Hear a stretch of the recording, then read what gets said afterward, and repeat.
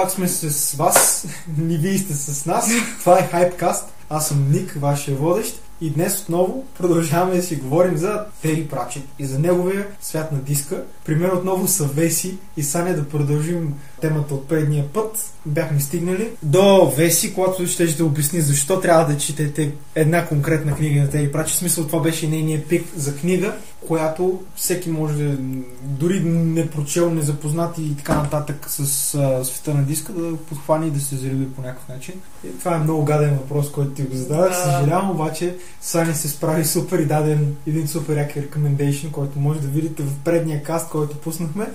Да видим ти какво ще ни препоръчаш. Измисли ли го вече? Не, за дългото време, което имаше пауза, аз се затрудних с този въпрос наистина. Може би, защото съм твърде много навлезъл вече в Тери Пратчет и в материята му, и в света му, и в начина му на мислене. Но бих казала, че има едни нови книги, които са пак са в света на диска, но въпреки всичко не са по линиите, които до сега коментирахме, и затова искам малко да акцентирам върху това. Това са книги като Пошторяване, като Опаричване. Това е един нов герой, не е разглеждан в предишните линии в други книги, който е, за хора, които обичат такива персонажи, които са леко шмекери, леко си падат, въпреки че са добри и готини хора, леко си падат по тънките процедурки, така, лява ръка, десен джоб, разни такива неща. Той го прави всичко с някакво уж великата цел, нещо да направи, нещо да се случи, и всъщност го прави по едни толкова странни начини. И наистина бих препоръчала да се почне с Пошторяване, защото всъщност Опаричване е малко вече, той когато е станал въпросният герой шеф на пощата, него го пращат в банката, за да оправи банката, нали? Затова е Опаричване. Тоест, твой избор е книгата Пошторяване. Да, Пошторяване. За един герой, който е леко шмекер, прави си схеми, явно става шеф на поща, банка и така. Да, начина, това не издавам нищо. Просто нищо не издавам, но начинът, по който го прави, това наистина е нещо, което си заслужава четенето, просто да го видиш в действие. Да, това всъщност е и втория филм, който е филмиран. Да, втората книга, която е филмирана. Да, то всъщност има 3. Преди това имаше някакви анимации. Я чакайте малко. Добре. Нека тогава да ми на следващата точка и да ви питам. Добре, не може човека да изкара 50 и повече книги, не може да е толкова известен с толкова много фенове и да няма някакви адаптации. Да. И Санчи ти много добре каза за филмирането. Колко филма има по Пратчет до сега и добри ли са? Знам за 2 сносни, подчертавам сносни. Първият е Hogfather. Да. Тоест Празоколеда. Дядо Прас. Дядо Прас и втория е Пошторяването. Пошторяване. Като за мен втория е по-добрия. Да, определено е по-добрия и да, с всичките си крайници го препоръчвам. А кой е третия филм, който... Третия е Цветът на магията и фантастична светлина. За хората, които не познават Пратчет и не знаят за какво става въпрос в Пратчет, казвам и просто не знам колко удивителни трябва да сложа в това изречение. Не почвайте с тези 2 книги. Моля ви, не почвайте с тези 2 книги. Могат да ви откажат тотално от Пратчет.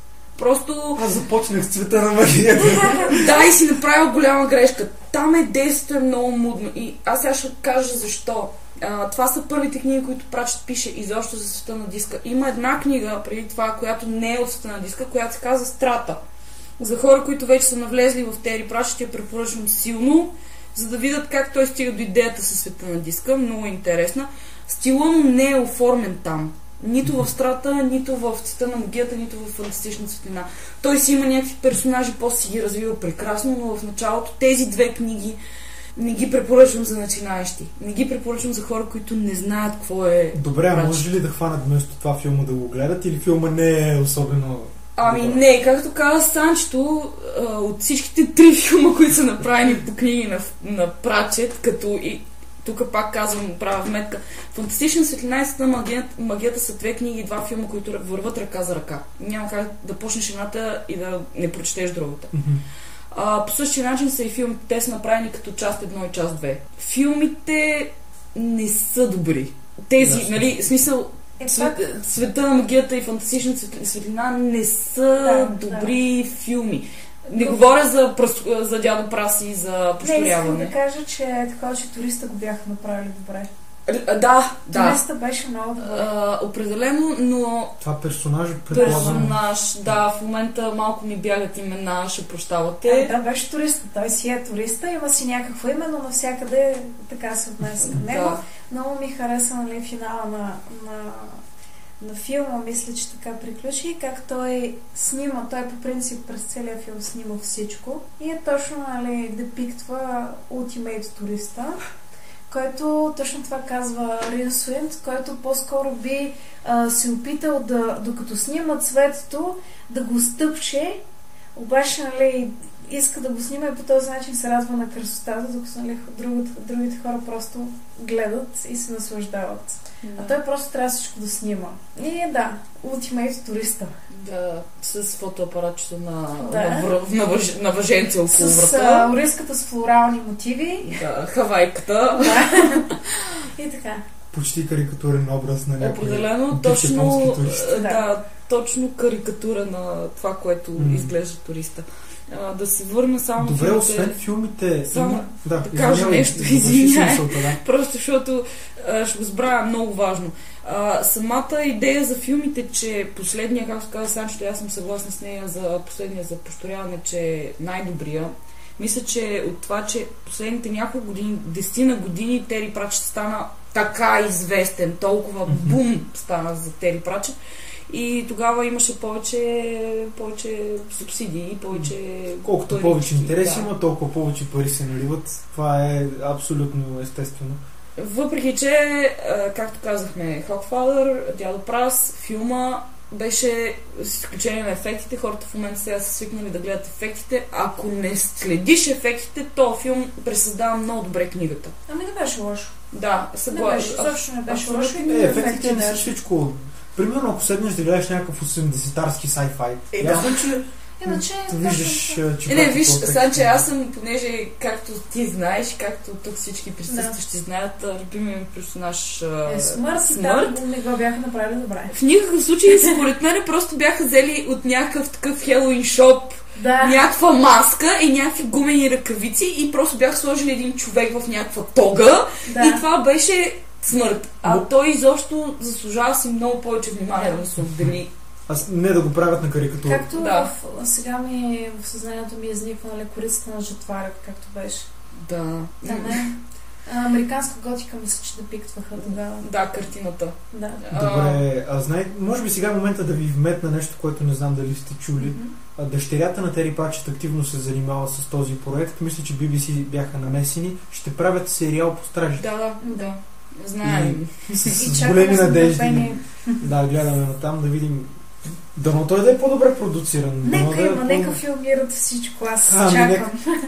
Нека да няма материал, на който Да. да стъпи. Аз единственото, на което се надяваме, че е от BBC и че е английско и Ще си направят работа. ще стане добре. Може да не е, нали, с много пари да са вложени в него, но поне ще е трудвото към книгите. Да.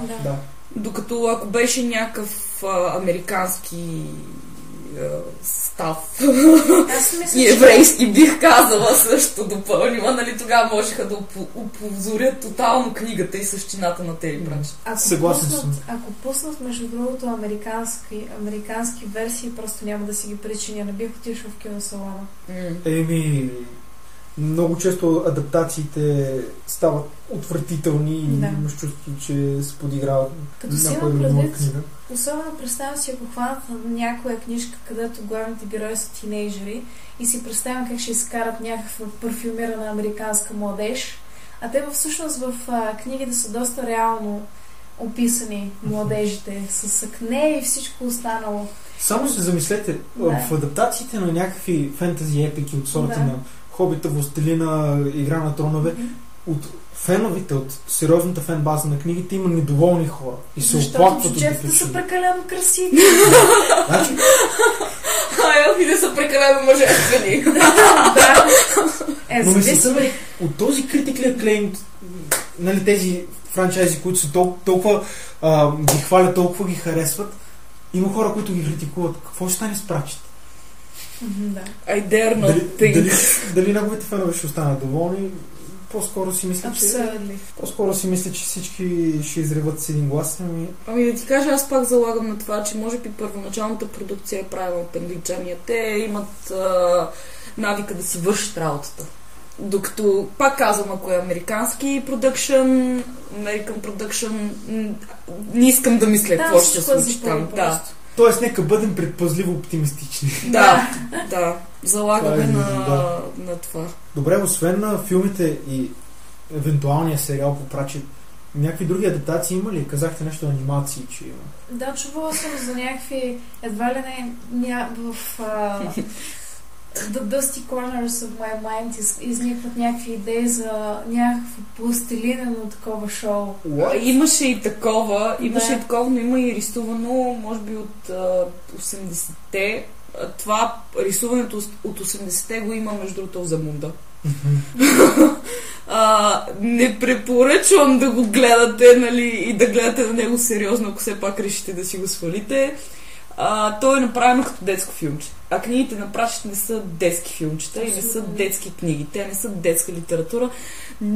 Не са просто за деца. Те са за възрастни хора, които имат някакво basic knowledge за някакви неща. Да.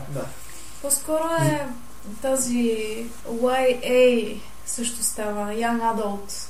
Аудиторията, да. По-добре да ще се зарибат по Прачет, отколкото тази камара. Тази камара по която се излиза по нас. Тези водопади от лайна, които удавят интелекта на всички. За съжаление, не само Young Adult аудиторията ги гледа.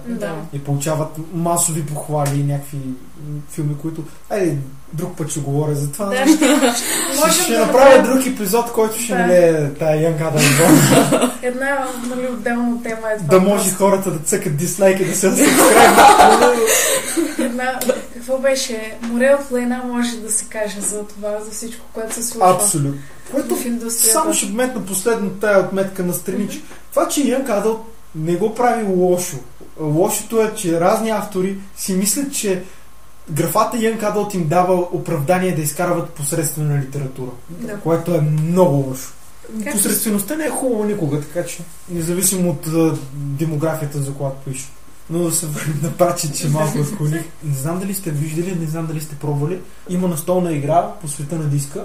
Много е забавна. Преди време я подарихме на едни приятели, които занапред може би ще гостуват на шоуто, но няма да ги представям сега. Те може би ще споменат нещо за нея. Играта е доста интересна. Може свободно да се намери на българския пазар. Мисля, че цената е около 80 лева. Сега това не е скромно, ясно, нали, смисъл 80 лева. Това са доста пари в един момент. За настолна си е нормално. Нормално е, да. И ти, колкото и да се разровиш в момента по магазините и по рафтовите на книжарниците, няма да намериш някоя от по-големите игри. Нали? Има по-малки, има по-големите да под 80, пък да не говорим, че отиват вече към 160, 200 и нататък. Та играта е интересна. Играеш в Анкморпорк, което е столицата, ако не се лъжи, на... Кое кралство? Няма кралство. Анкморпорк си е град държава. Анкморпорк. Което между другото, нали, казват, че въобще ни първообраза му е Лондон. Нали? Да, пише за и Темза с реката Темза. Да, която като пуснеш нещо, след няколко дена потъва, в нея е така. Можеш да умреш от отровните газове, самозапалва се, когато е много топло. За реката, аз мисля, че Тери Прачет успешно би могъл да напише линия само за тази река. Тя си собствен таймлайн. Да, определено. Мисля, че книгата ще ви допадне, защото... Не книгата, извинявам се, играта ще ви допадне, защото тя фокусираше супер много над персонажите и ти можеш да жонглираш един вид по няколко от известните персонажи. Аз цъках с Ваймс и с някакъв кмет май, с... Вицигари. Същия. И с някакви други известни личности. Беше изключително забавно. Правилата са малко шашеви, но те големите игри искам малко време и да им свикнеш. Всъщност беше добре пакетирана, добре направена. И те да знам, може би феновете на Прачет и тези, които обичат да цъкат на столни игри, трябва да я пробват. Не е никаква лоша играта. Какво друго може да препоръчаме на Прачет? Нещо различно от голямата серия книги, която има излезнала. Джони умрете не беше лошо. Да. Има си отделни, както казахме, освен света на диска си има отделни линии, които прачат Извън света на диска, които той продължава, и една е точно за въпросния Джони, който е едно малко момченце, което е уникално шашево. Първо, че говори с духове, после, че прави разни пакости, които са наистина много забавна линия. Препоръчвам и аз силно. Но тя вече е наистина за Young Adults. Бих казала. Тя си е Young Adults. Мисля, че те специално, не знам кога пише Джони умрелите, другата такава е Килимините хора, той си я пише още когато е тинейджър. Да. Но там вече за хора, които познават Прачет, ще видят как стила му се различава от това, което е в света на диска. Но аз тук искам да кажа нещо много важно, защото знам, че може би в някои от следващите подкастове ще говорите за Нил Гейман. Абсолютно. Нил Гейман и Тери Прачет имат една страхотна книга, която се казва Добри поличби. Това са двама автори. Аз не съм чела нищо на Нил Гейман, бих казала, с срам на сърцето и на душата. Засрамявам се, изчервявам се и се свивам въгъла. Нека сега ще говорим за Нил Гейман. Определено има какво да се каже за Нил Гейман. Аз искам да кажа, като може би наполовина знаеш човек, нали, от страната на Тери Прачет, книгата е страхотна, но двамата автори заедно не трябва да пишат никога повече. В смисъл, то няма и как да е, защото знаем какво се случва с Тери Прачет. Да. По-нататък. Може би аз съм чувал и от други хора да казват, че има конфликт между стиловете им написани. Много отявлено се усеща кое е написано от Гейман и кое от Прачет. Да, като си навлезал в Прачет, определено можеш да дистингвиш неговия стил. Извинявам се, че бъркам така български и английски думи. Стила на Прачет е много особен. Още в първата книга, която вземете и която прочетете от кора до кора, ще разберете колко уникален е той сам по себе си в стила си и как пише, и нещата, които най-просто епитети, които използвам, начин на изразяване, как ще обрисува, примерно, някакво цвете. Нали, това нещо ти дава визия за стила на автора, неговия стил на Прачет е много, както казахме преди, много хумористичен, но също така много се вглежда в детайлите. Изключително много. Докато Нил Гейман, от това, което аз видях от Добри поличби, е много, как да кажа, много адреналин има в този човек. Извинявам се. Много е така на юруше, на шеста, ако има предавка, и на шеста ще включи. И просто, докато Прачет е много по-спокоен и отделя време за всичко. Това бих казала, вижда се разликата, много са противоречиви, въпреки че пишат за много сходни неща, поне от това, което аз съм чела за Нил Гейман, а не от Нил Гейман, но си заслужава да се прочете книгата. Книгата е страхотна. Само ще кажа, че се разказва за добър дявол и зъл ангел, и те са от началото на създаването на света и са до края до апокалипсиса и въобще всякакви много готини работи и 4 конника на апокалипсиса. Да. Звучи адски колоритно. Доста хора ми препоръчват вече. Определено трябва да си види. Албума имаше доста добър депикшн. Но това е депикшн на Тери Прачет, докато в Добри поличби е много силно повлиян от Нил Гейман. Саня, ми разкажи малко за албума. Какъв е този албум и особено за хората, които никога не са го виждали, чували и така нататък? Албума е, как да кажа, нещо, като не бих казала антологично издание, не знам точно как да го определя. Просто обрисува, нали, най-колоритните характери в книгите му, съответно с малко описание към тях. Имаме Ваймс, имаме Ветинари, имаме 4 конника на апокалипсиса, имаме Атуин, Тифанис Болки, Леонардо да Куирм, с естествено с мистериозната му Мадона, която доста прилича на Леля Ок. Да. И така. Значи, фактически, казваш, това е подобно на антологично издание, което е като описание на света, на персонажа. Един вид енциклопедия за... И е с картинки. Това е важно допълнение. Илюстрация на всички по така... Хубави ли са илюстрации? Много добри. На мен лично много ми харесват. Може да се намери на пазара. илюстрации на гилдиите, които са в Морпор, за които не говорихме. Да, трябваше да кажем много интересни неща. Да, имаме гилдия на убийците, на кръците, да, на просиците. на жените шивачки, които всъщност са проститутки, но да. Да, и също така, какво беше, имаме и изобразена и тълпата, която си има собствена страница. Да. Искам само да кажа, защото попита за изображенията, за хората, които си купят тези първите книжки от типа на Цвета на магията, Фантастична светлина и така нататък, тия, които са по 7 лева, ще забележите, че арта на корицата е много шантав. Значи, това е от Пол Кърби, който е много добър приятел на Тери Пратчет и те двамата измислят стила на кориците и това наистина е оригинал, който Тери Пратчет искат да му бъдат кориците. Така искат да изглеждат.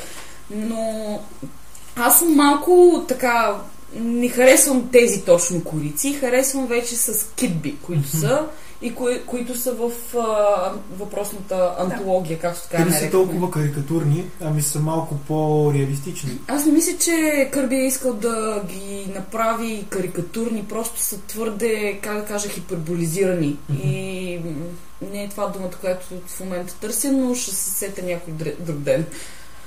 Просто са... Over-exaggerate всичко. Да, и не само самия стил, който рисува, те са в едни... Имаш чувство, че не са плавни хора, а са с кръчета направени. Не, по-скоро имаш чувство, че кожата им ври от... Да, бубоник плейк, разбираш, някакви бойлс тук излизат, но това е много странен арта. Много е странен. Естествено има big boobs и разни други неща, които по-нататък вече когато идва китбиш, просто веднага се вижда разликата. Разликата е силна, да. Аз съм виждал личи си новите издания с съвсем различна визия. И не толкова шарени корици, но може би има хора, които предпочитат първоначално. Ами аз ще да кажа, че всъщност двата стила си имат своя чар. Да. Да, точно това е. Просто това са два продукта, които са просто лично ме кефят, честно казано, с бобом от чума и всичко. Точно заради самата бобомна чума. Много са яки. Също така ме кефят и новите, които са по-изчистени. И реално хората са линейни. Прилично хора. Са хора, да. Добре, аз исках да попитам за, освен тази антология, освен тази енциклопедия, някакви други по-луксозни издания има ли на Пратчет и какво бихте препоръчали от тях? Защото сигурно има, аз съм виждал разни, но кои си струват? Казвай. Ами аз така или иначе не съм ги докопвала, но знаем за последния герой. За Ерик. Да, за Ерик. И така. Тези двете. Имаше още нещо. Ами то е антологията. Още една има. Малки хора, не, как се казваше? Климените хора си е книга. Тя не е такова. Още една. Аз се сещам за две неща, които те са като луксозни издания. Едното е Къде е моята крава? Което струва 8 лева. Не ви го препоръчвам да си го вземете. Това е една детска книжка, която ще видите в развита и я има в линията на стражите. Само ще кажа, че Ваймс, когато поостарява и се оженва и така нататък и си има дете, чете от тая книжка на детето си. И Тери Пратчет е написал наистина детска книжка, в която къде е моята крава, тя казва, това не е моята крава. И това е цяла книжка, която е може би 5 странички, квадратна такава, с релефна, много е хубавка, наистина красива е, но 8 лева. Аз не бих си я купила, въпреки че имам вече 50 от книгите на Пратчет и съм си ги купила, защото ми е кеф да си ги имам. Въпросът е колекционерски. Само ако си колекционер, държиш да имаш на Пратчет. Не, аз се мисля с себе си като колекционер на Пратчет, но не бих си я купила, разбираш? И няма и да си я купя. За мен това е даване пари на тези хора гнусни, които искат да смучат пари от дребния човек. Според мен Пратчет изобщо не е искал това нещо да съществува. Защото те всичко, което са го направили като книга, то е взето от въпросната линия на стражите. Това ми напомня, виждал съм и други такива издания от известни автори, събрани парченца от някоя книга или едва ли не като сборник от цитати. Наскоро видях The Wits and Wisdom of Tyrion Lannister. Това е малко странична дема към Game of Thrones, цитати на Тириан от Аз го видях Песен на за огън и лед. исландски, извинявай. Струваше 15 лева. Малка книжка с цитати на Тириан. Ами 20 лева е една от частите на Песен за огън и лед. Е абсурдно просто да ги дадеш тези пари. Не знам, издателствата гледат да изцедат максимално каквото могат. Абсолютно. Фенщината на хората. Тоест от луксозните издания, може би, доколкото аз разбирам, антологията му е най-ценното един вид, защото... Ами, ти кажа, аз първата книга, която такава си взех, беше Ерик. И беше, тя е така тъничка книжчица, много приятна, с меки корици, не е с твърди корици, като изкуството на диска, или като последния герой. Но е много забавна книгата. Няма я в малък формат, освен на английски. На английски съм я виждала в такъв пак мъничък формат, както са и другите му книги. Бих я препоръчала книгата. Много е смешна, много е добра. Пак има леко история по фаната. На мен ми хареса. Аз бих си я купила пак. Ако не я имах вече. Нали? Но да. Другата книга, която препоръчвам също за колекционери и за хора, които имат възможност, естествено, защото не всички колекционери имат възможност. Да, като мен. Да, това е готварската книга на Леля Ок. Тя също се води луксозно издание. Аха. И тя е пак така нещо като последния герой, като Ерик, не толкова като изкуството на диска и като моята крава. Тя е по-скоро, ако искаш да вникнеш в характера на хората, които са на героите, които са в целия свят на диска, просто взимаш тая книга и почваш да четеш всеки един от тези герои какво яде. И въпросният той ветеринария, аз не викам, но той всъщност е ветеринария от мамка му. Той яде хляб, сол и вода. Това е сутрин, обед и вечер. Много постен герой. Да. Той има си да яде каквото и да е друго. Приготвено от всичко останало, което се случва в кухните в света на диска. Освен това, нали, в тая книжка към рецептата, която той предлага, нали, или неговата диета на въпросния герой, защото си има и цели рецепти. Примерно има си буамача на Лелео, на който забравих името, как се каже тази манджа.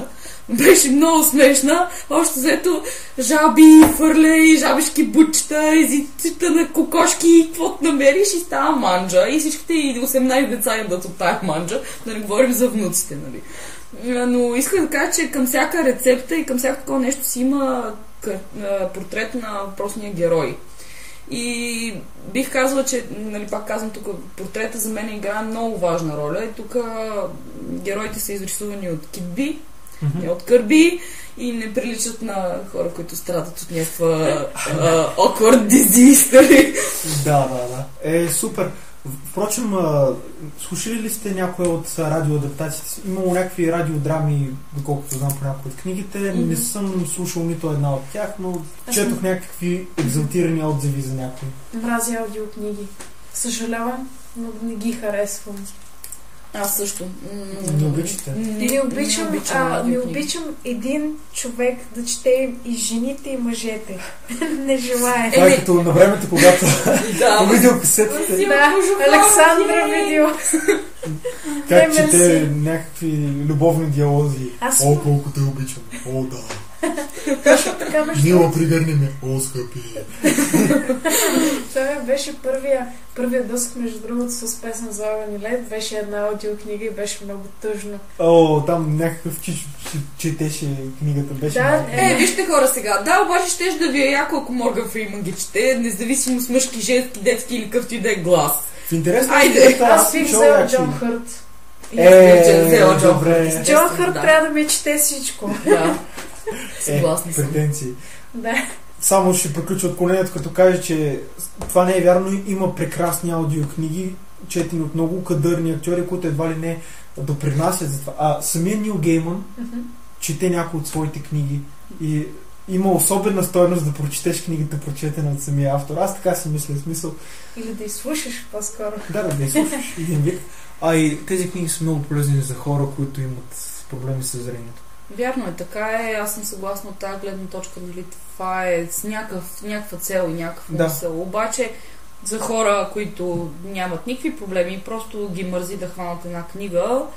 Нали, не, аз обичам да си фана книгата, независимо дали е четец или книга, но искам да си чета ред по ред.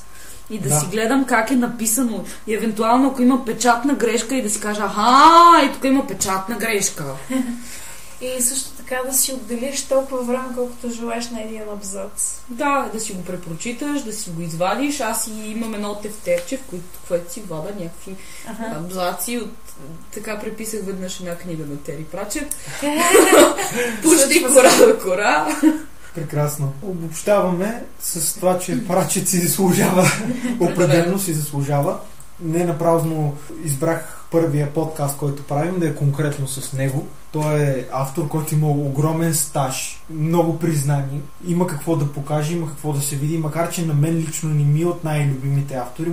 Съм достатъчно запознат, за да мога да го оценя, че е изключително талантлив и е дал изключително много на литературата като цяло. И смятам, че много хора в България е доста популярен. Не знам вие какво мислите по въпроса, но като че ли в България е релативно по-популярните автори. Аз имам само една критика към автора, макар че с толкова много хиляди. Колко са? Имаш ли представа точно брой какво са? Само от света на диска знам, че са около 60. Да. Единствената ми критика към автора е, че започва много да повтаря себе си. Което е супер, че повтаря себе си, не някой друг, както ти сам подчерта. Това ми е единствената критика към него. И усеща се, че при някои книги са просто... Какво беше филъри, има такива епизоди по сериалите. Има някои книги, които са просто липсва им субстанция. Да, липсва им субстанция. След като напишеш над 60 книги, предполагам, че е малко трудно, само като си замисля колко бързо е пускал книги този човек. Да. Това скоро... Виж какво, аз не съм съгласна с вас. Всяка една книга, наистина има си нещо. Единственото му повтаряне е примерно, и аз съм го забелязала, единственото му повтаряне е примерно от начин, по който, или нещо, което казва даден герой, или начин на действие, но в смисъл, това не са повтаряния, които... Извинявам се много, ама аз и ти, като си говорим и нашия живот, ти ако знаеш, ние двете колко сме се повтаряли, не аз теб и ти мен, ами аз себе си колко съм се повтарял, това е абсолютно нормално, всеки един човек го прави. Според мен това не е нещо, което трябва да се критикува, за мен това е велико, защото той се вкарва в героите си и просто им дава един живот. Докато не, като четеш Паисий Хилендарски написал история славянобългарска и той бил някакъв там поп с една дълга брада и това, не знам, пишел там на една масичка в една килика и някаква свещ и той му капал и после казал, чудо! Нали? Не е така, няма дух. А този човек придава дух на хората си. На героите си. Това, че се повтарят, за мен точно ги прави човешки. Има го това нещо и това ми беше хем критика, хем по някакъв начин го хваля, защото не повтаря други хора. Това ми е идеята. Той не повтаря други хора, не влиза в чужди клишета, в своето собствено. Да. За съжаление, той като автор в момента, имам предвид той, личност, страда в момента от доста тежко заболяване. Той страда от много години от това. Да, но вече в напреднали стадии и той не почина ли вече? Мисля, че не е починал. Защото имаше една за евтаназията на един. Аз доколкото чух, че май иска да се подложи на евтаназия. Но не са му разрешили. Така, не са му разрешили. Аз си мислех, че той вече не може да говори, не може да пише той човек на легло, който... Казаха ми, че специално за документалния филм, че свършва, как може би са ме излъгали, че свършва с неговата евтаназия. За мен това беше много тежък филм и просто не можах да го догледам. Просто го спрях до средата. И да. Това е изключително мрачна съдба за толкова светъл човек. Да. Надявам се, че все пак неговите творби ще оставят трайно отпечатък за литературата и културата като цяло. Ето още една причина, тези от вас, които не са пробвали, или по тези, които са пробвали, много не им харесало, да пробвайте пак. Дайте шанс на автора. Има какво да покаже, има какво да си види от него. Единици са хората като него в литературата и изобщо като цяло. И май дойде момента да ви благодаря много, че участвахте в първия подкаст който записах. Надявам се и за напред да ми гостувате. Ще говорим за всякакви нърдски неща. Защото си е яко да разъм. Абсолютно. Ще се видим, когато се видим. Ние няма да се видим, но предполагам, че ще се чуем. Чао от нас. Чао, чао. Чао!